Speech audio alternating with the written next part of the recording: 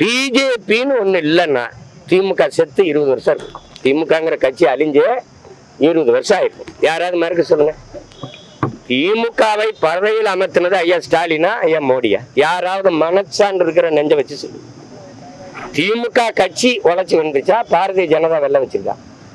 பாரதிய ஜனதா வந்துரும், பாரதிய ஜனதா வந்துரும். குடுகுடுப்பக்கார மாதிரி ஊரோட அடிச்சு கத்துனது யாரு? இன்னும் 15 வருஷமா கத்துற 15வது 3வது முறையும் வந்துட்டாப்ல. இப்பவும் பிஜேபி வளர விடக்கூடாது. பிஜேபி வளர விடாது. அது எங்க வளருது? பிஜேபி வளர விடக்கூடாதுன்னு பேசுகிற பெருமக்கள், எதிர்கட்சியா இருக்கும்போது கருப்பு கொடியும் கருப்பு பலூனும் பறக்க விட்ட பெருமக்கள் ஆட்சிக்கு வந்தபோது வெள்ளக்கொடி பிடித்தது ஏன்? எதிர்கட்சியா இருக்கும்போது கோபேக் மோடி என்று முழக்கத்தை வைத்த நீங்கள் ஆட்சிக்கு வந்தது வெல்கம் மோடி என்று முழக்கத்தை முன்வைத்தது ஏன்? எனிமையா இருந்தவர் அதிகாரத்துக்கு வந்த பிறகு ஸ்வீட் எனிமையா மாறினது எப்படி?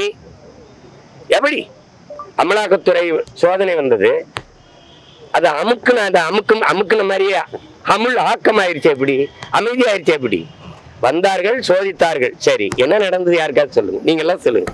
நேர்மையான ஊடகங்கள் நெஞ்ச தொட்டு யாராவது பேசுங்க. எங்கது 3 முறை நிதி ஆய்வு கூட்டத்துக்கு வரமாட்டேன் என்று நெஞ்சு நிமித்தி சொன்ன நம்முடைய முதல்வர் ஈடி ரைடு வந்தான ஓடி வாரே மோடின்னு போனது யாரு? அங்க போய் கையை பிடிச்சிக்கிட்டு கெஞ்சிக்கிட்டு நின்னீங்களா? கெஞ்சி நீங்கள் இந்த அமலாக்கத்துறை அந்த சோதனையை மூடுனீங்களா இல்ல எதிர்த்து நின்று போரிட்டு முன்னீங்களா?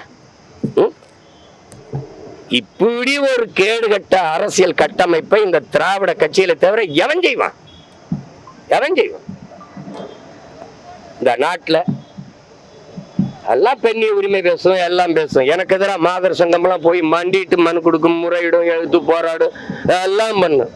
இந்த ரிதன்யான ஒரு தங்க வரதட்சணை கொடுமை, பாலியல் துன்புறுத்தல்ல தற்கொலை பண்ணி சேர்த்திருக்காரு. வாழ வேண்டிய ஒரு மலர், ஒரு பூ, ஒருத்தர் பேசல. ஒரு அரசியல் இயக்கம், முற்போக்கு பெண்ணிய உரிமை பேசுற பெருமக்கள், பெரியாரின் பெரும் தொண்டர்கள், பெண்களுக்கு எல்லா உரிமையும் பெற்றுக் கொடுத்தவர்கள், வரதட்சணை வாங்கி துன்புறுத்தி ஒரு பெண்ணை, வாழ வேண்டும் என்று கனவோடு போன ஒரு பெண்ணை, அந்த வீட்டு பெண், உங்க வீட்டுல பெண் இல்லையா? உங்களுக்கு உடன் பிறந்தவர் இல்லையா? உன்னை பெற்றவள் தாய் இல்லையா? பெண் இல்லையா?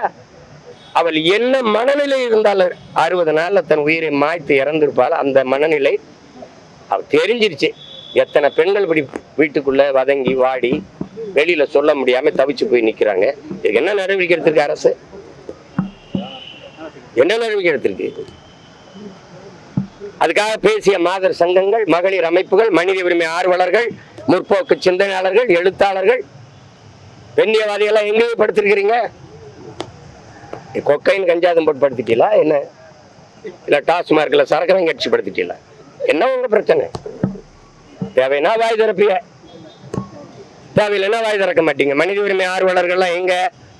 எதிர்கட்சியா இருக்கும்போது ஜெயராஜ் பெனிக்ஸுக்கு ஏறி குளித்த நீங்கள் தம்பி அஜித் குமார் மரணத்துக்கு அமைதியா படுத்தது என்ன?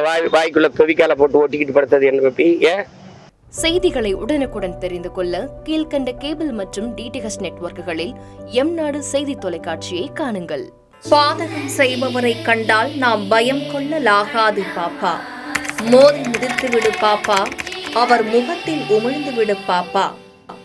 அண்மை செய்திகளை உடனுக்குடன் தெரிந்து கொள்ள இணைந்திருங்கள் எம்நாடு தொலைக்காட்சியுடன்.